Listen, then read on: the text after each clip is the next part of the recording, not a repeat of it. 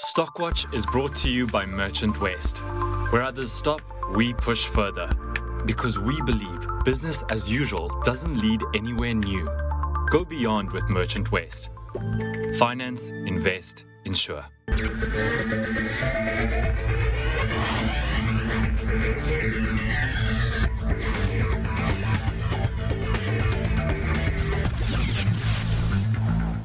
Welcome to Stockwatch with me, Simon Brown, and joining me to unpack your stock-related questions today, Chantal, Marx, FNB Wealth Investments, David Shapiro, Sasfin Securities. Be sure to send your questions through email stockwatch@bdtv.co.za, SMS 41392, or on Twitter at BusinessDayTV, #Stockwatch. Ladies, gentlemen, appreciate the time. David, I want to start with you. I want to start with Nvidia. I'm not quite sure what to say, except wow. It is wow. You know, to be honest, I think this whole year you've got clients arguing about Nvidia, you know, I need to reduce, and so on. In the meantime, all that's happening is Mr. Jensen Huang is challenging he's challenging Trump for world dominance at the moment. You know, I mean, if he could actually stand for president of the United States, we would probably win. But he's doing a lot of deals at the moment. And to be honest, without you know, just looking at the conversation, he's coming in through and saying, oh, you know, AI is not a bubble. And I think that's what's dominating thought processes at this time, with most of the media saying, you know, this is a bubble, you'll never justify the investment. And then you've got Wang on the other side saying, nah, don't listen to them. And we've got pre-market Nvidia at $208, which takes them above $5 trillion market cap. But just quickly, what does that mean? That's 80 odd, what's it? Yeah, like 85 odd trillion rand, which is, I don't know, 20 times the size of the South African economy. Their entire economy. Chantal, with respect to Mr. Wang and Nvidia, of course he's going to say it's not a bubble because he's selling into it. I mean, that's his job. I mean, I would argue AI is a bubble. I would argue that maybe it's got a long way to go and we don't know how it'll end. But Jensen Huang is part of that bubble. Yes, absolutely a bubble, but you can miss out a lot while the bubble is inflating and you're sitting on the sidelines. And the bubble can inflate for a very long time before it gets to a point where it pops. Now, there are some leading indicators that you can look at when trying to assess where you are in a bubble. And one or two red flags are standing out to me at the moment.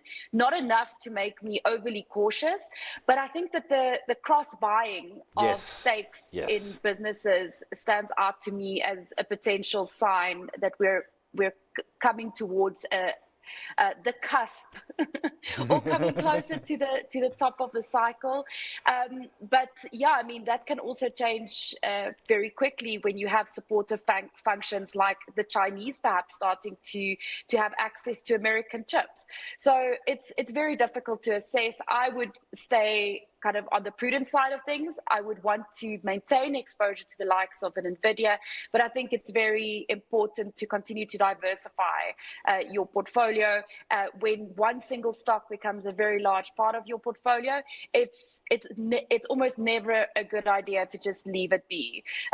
Over time, it will benefit you to kind of chip off the top a little bit, look for opportunities elsewhere, and make sure that you're not overly exposed to one sector or one stock. Yeah, and I agree with you with that cross-dealing. I remember in 2000, Yahoo, they bought a company for 30 million, and the company then spent 30 million on advertising on Yahoo, and that was about 4 days before everything went pear-shaped. That to me was maybe not the bell this time, but it's one of your flags. So let's stay with, I don't know, Chantal, gold. Is it a bubble? You're in Financial Mail saying reduce your holding in gold. You were looking the smartest person in Joburg for a brief window, and then gold just was like, no, Ms. Marx, you're going, the gold miners are all booming again.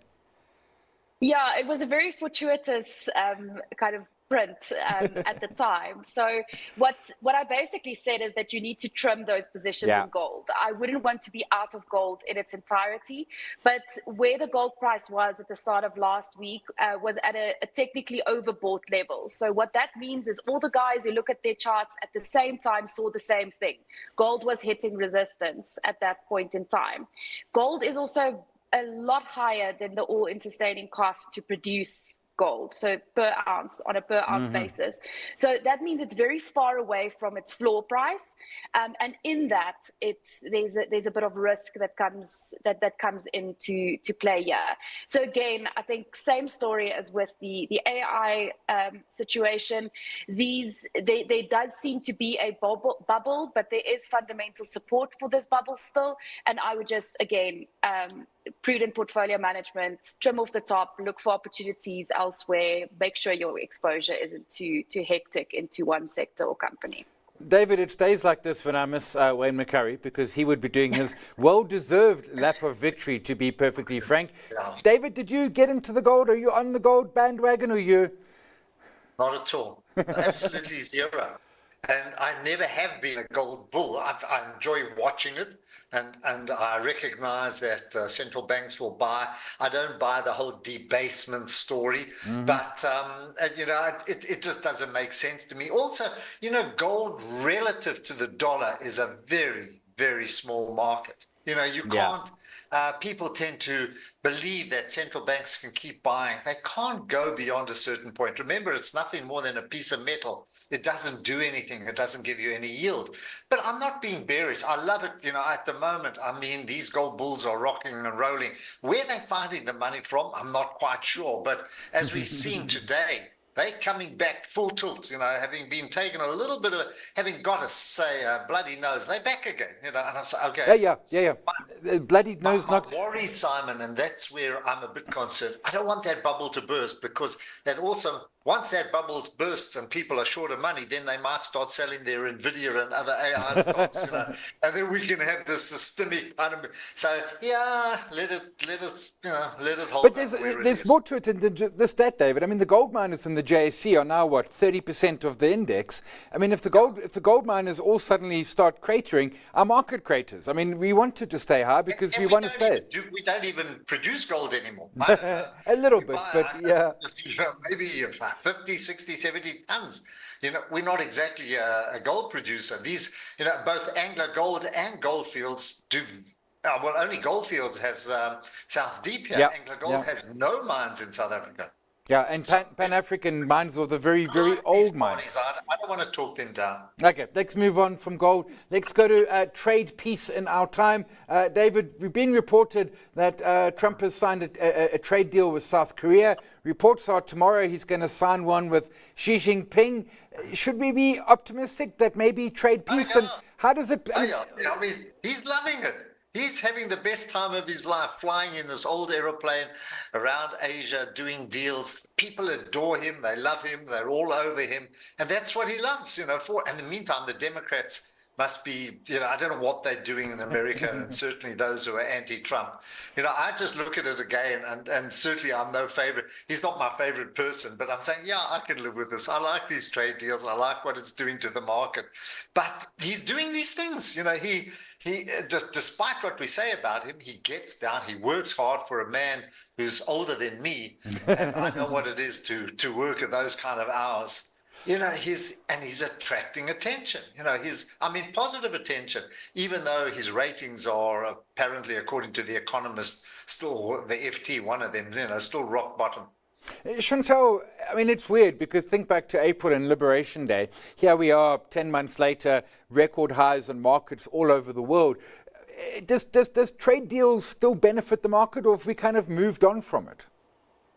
So I think that the assumption was that these trade deals will happen eventually, because otherwise you wouldn't have seen the market recovery that we saw. I mean, initially it was based on the Trump always chickens out story, but now we're actually starting to see pen to paper, and we're also seeing that there hasn't been a major shift in terms of global trade just yet. I think another consideration that we need to take into account is that the inflation story hasn't panned out as badly as what was expected, but that could also just be a delay. It's difficult to call at this point in time. It's all theater, it's all Truth Social, it's the jet that's flying around, it's deals being signed left, right, and center. But I think I'm a little bit more cautious. I don't like chaos. Markets don't like chaos. I mean, it gives you a great trading opportunity, but it does make for nervy times. So what Trump giveth, Trump can taketh away. So I won't count my tickets just yet. Yeah, I mean, he gave. Simon, Yeah. you know who can take it away is Mr. Powell. We still got to go through. Well, him. that's my next question. So tonight's Do not FOMC, think- you're Yeah, surely do not getting a think rate that- cut. I mean, Trump has been going at Powell in Japan. He went at Powell in a big way. And what can happen is Powell will talk tonight. He can burst that bubble and say, okay, we're going to have one interest rate, but then put out a bit of a hawkish statement because the market is pricing in, I think, cuts beyond where we are at the moment. So if he wants to get his own back on the old man, yeah, he can say something a bit hawkish. No, hopefully not. Chantal, the rate cuts do seem to be priced in. It is, and to your point of a moment ago, inflation perhaps not as bad. So it is then that focus on jobs. I mean, we have Amazon announcing 15,000 layoffs coming soon. We are going to get another rate cut tonight, almost certain.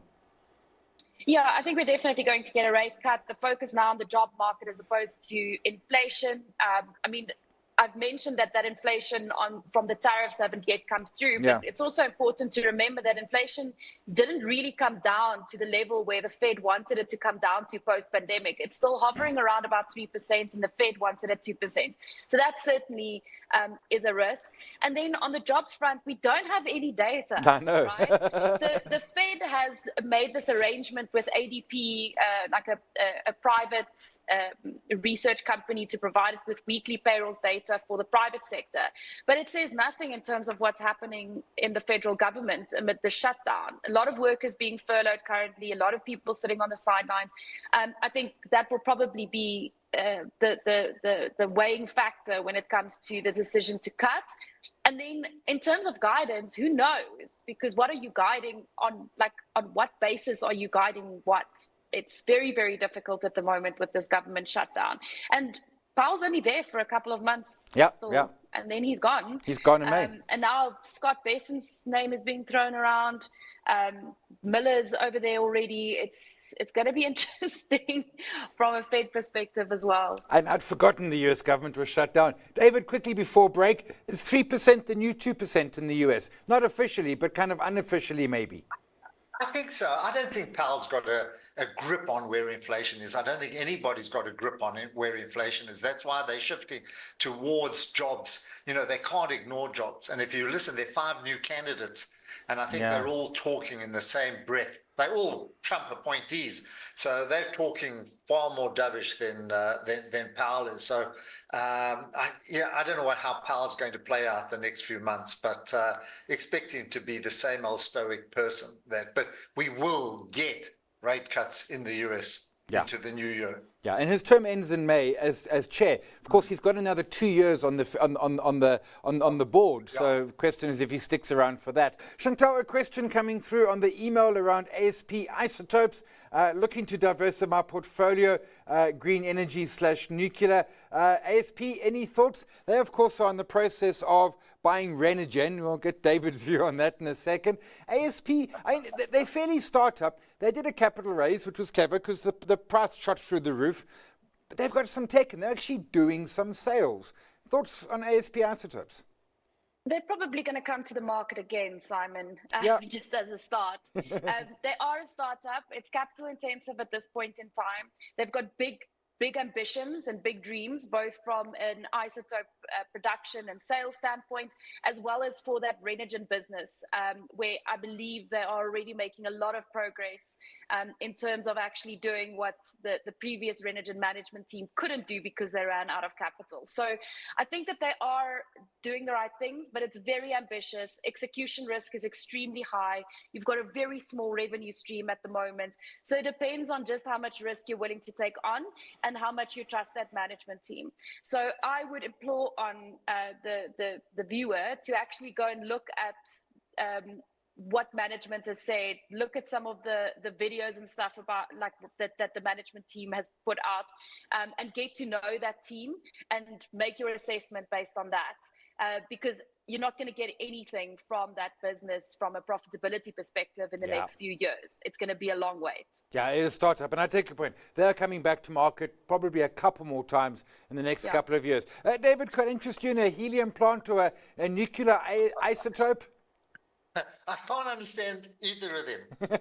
You need Steph. You need to go down with Steph and spend about a couple of hours, in a car or in a van going down to his plant there and let him lecture you and tell you. And he does it in the greatest way. He's a sweet man, lovely man. But I have no idea what isotopes do, what green medical energy is or whatever it is. I'm just an accountant, so it's way beyond my understanding. But the one thing I will say, and I think Chantal says it, they're going to need a lot of money. Yeah. If you want to take this helium plant to a level where it is productive for a point of commercial production, you're going to need to raise masses and masses of money. They've got the small pilot plant doing well, but it's going to require a huge amount of money. Whether merged they can do it, I don't know. That's too hard for me. If you go down to Virginia, you see the skeletons of all the old or the mines companies. They're the old mines, exploration mines that just never made it. I don't know. Yeah, and Steph tells a great story, but at the end of it, I got to say, I end up just more confused because it's, he goes back to before the dinosaurs. So let's bring back, David, question coming through about Adcorp. It gets very little attention generally, but it looks like a good business, strong cash generation. What is the panel's view? David, Adcorp for you? Gone. No, Adcorp's still there. Adcorp's No, you they think are there for the meantime, but they Adcock will be Ingram. gone. No, you think Adcorp as opposed to Adcock. Oh, Adcorp. Adcorp. Sorry, I was just saying Adcock. They've also been around for a long time. It's not the kind of business that can really grow at a fast pace. It's a decent service business, but I've got no real feel for where they can grow and how fast they can grow. They need extremely positive economies, where people are looking for staff. Remember they were they used to hire out labor. I don't see anything exciting about it, especially in these kind of economies. And then you've got AI. You saw what's happening with what's it? Microsoft who laid off 14,000 people. When you see those kind of numbers and AI coming, it's going to be a bit tough. So Yeah. I don't know. Chantal, Business, yeah. I had a look at the chart. I hadn't realized. I mean, it's still 2/3 below the pre-pandemic levels of 2019. Chantal, Adcorp? Yeah, I mean, the business was in real trouble at one stage, and they've done well in order to kind of steady the ship. From what I remember, they have a pretty sizable cash pile, so that makes it quite attractive from a risk-reward perspective. You'll probably get some decent dividends and maybe share buybacks at these lower levels, maybe a special dividend or two. But yeah, I mean, it's not a super exciting business. I think that they're doing what they're meant to be doing. The last trading update was reasonably positive. I mean, it's small, so I think it can be a little sweetener in your portfolio, but yeah, it's not exciting. It's not, and that share chart's a little bit spooky. Chantal, question coming through around Optasia. Although you're a bit of an insider now that FNB owns a giant slice. They've extended the IPO through to tomorrow. The question is, ask your panel if it's worth having a look because it touches all the hip buttons, fintech and AI. Yeah, so let me just firstly say I had no idea that first round was going to buy a 20% stake in Optasia. So I really like the story.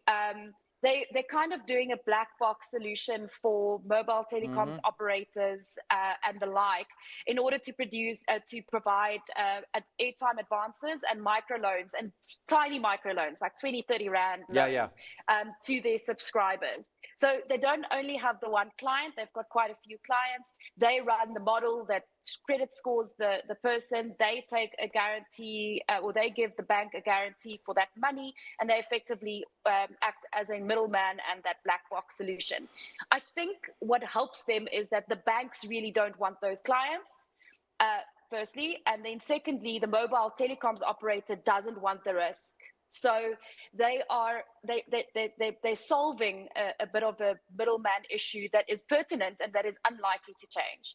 They're also solving a financial inclusion issue on the African continent and now in Southeast Asia as well. So I see major scope for growth for this company. I don't think it's going to be even. I think it's going to be quite choppy. But yeah, I like the story longer term. They're profitable, they're generating cash flow, and they solve a real world problem. Yeah, and I like your point. They go where the banks won't. I mean, I think their average loan size is $5, which is, 80 odd rand. I mean, the bank's not going to touch that in 100 years. David, you're looking confused or bemused. Come on, it's fintech and AI. I know so that's well. That It's always a delight. But I'm still puzzled why First Rand would get into that. It's so, unless this is a desperate attempt to try and get into that market, to the market lower down. And I'm not, poor old Chantal, she doesn't have to answer this kind of question, but I think it's almost desperation at a time where, the market is becoming so diversified and so difficult to grasp, especially at the lower end. So our legacy banks, whether it's First Rand, a Standard Bank, or even an Investec, I think are battling in a market like this to really make growth. So I see it as, okay, we got to get into this. But it looks like a very good little business, and I'm sure from an investment point of view, from people listening to this, I think you're going to make money on the, on the listing, especially now that you've got support of First Rand, with a big stake.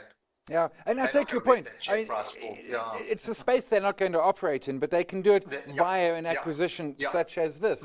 David, you mentioned banks. I was having a little look at banks this morning. They've had a really strong October. I mean, the laggers is First Rand up 7%, Capitec up 16%. Our banks are finally coming to the party. They're starting to lend money, which is what they're supposed to do, which they haven't done for years. Banks, if you've looked at their balance sheets and etc., they've been as mean as anything. But I think things are starting to improve as well. You saw it in Capitec's numbers. Yeah. Also starting on mortgages, on housing loans. You're seeing a pickup in that market. So I think maybe they're letting loose, which is a good sign for the economy. We'll see. We'll test this, Simon, in November. With Black Friday, we'll see exactly what sales are and whether or not the economy is picking up and there is a disposable income. If you look at the charts, a lot of it is going to gambling. To sports betting and that. But maybe we can diversify a little bit and shift a little bit into actually buying food or something like that, or clothes, which you really need. But I think there are those signs. Slow, but maybe they are letting loose a bit. We have seen it. The Uber third quarter, Uber, the home loan originator, their third quarter data, banks are lending. Chantal, quickly before we go to stock picks, I mean, they were very cheap earlier in the year. They may be not as cheap, but our banks aren't expensive, even after a good October. No, and especially not if you're going to see lending pick up. And economic growth improve a little bit into next year. I think one of the reasons why banks are lending more is because the consumer is actually in a better position because of lower interest rates and lower inflation and wage growth that has still been quite healthy over the last couple of years. So you see this reflected in new vehicle sales numbers, and you see this reflected in other areas of the economy as well. But yeah, banks are definitely benefiting from that, and as you mentioned, being very cheap to begin with. So the rally is welcome and probably a little bit overdue. Let's go to some stock picks. Chantal, when you were telling everyone to reduce gold, you were telling them to pick up some clicks, your stock pick for today. Those were good results out last week. They were and good we expect results. no less. Yeah, I mean, they were good results. And I really like SA Retail as the cheap play on the SA Inc. side right now. I mean, we had TFG down 17% on their update, which I think was probably a little bit unfair. But I think when we're looking at where it's less risky, I think the pharmaceutical retailers and the beauty retailers are probably it. Between Dis-Chem and Clicks, I prefer Clicks just because of its bigger scale. I think the operations are run more efficiently. And one of the areas that I think is underappreciated, one of the reasons why that's underappreciated in terms of Clicks' investment case is it's had a long love affair with foreign investors. And slowly but surely, we're starting to see foreign interest in South Africa pick up again. And I think that Clicks could be a beneficiary from those portfolio flows as well. So yeah, just generally a rock solid business in an under-owned and underappreciated sector currently. Yeah, and they get that operational leverage in their numbers every time. Yeah. David, you're going Eli Lilly. This is not over. I was actually shaken by a special edition of The Economist on obesity. And when you see the numbers, particularly among young people, and it's not in rich countries, it's in actually emerging countries. And exactly what Chantal said, there's urbanization, people are getting richer, more money in their back pockets, and they're buying junk foods. And the junk food companies are actually advertising. So, while Chantal was going long clicks, short gold, I'm going long weight loss drugs, short fast foods. Short fast what foods. do they call them now? Quick service restaurants. QSRs. QSRs. Yeah, okay. Okay. QSR, short QSRs for David and long Eli Lilly. That's all for Stockwatch today. Thanks to our guest Chantal Marx, FNB Wealth and Investments. David Shapiro, Sasfin Securities. Up next, the close. Stay watching.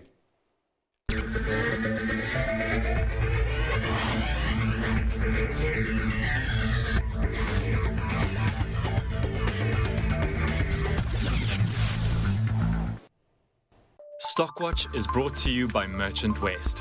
Where others stop, we push further. Because we believe business as usual doesn't lead anywhere new. Go beyond with Merchant West.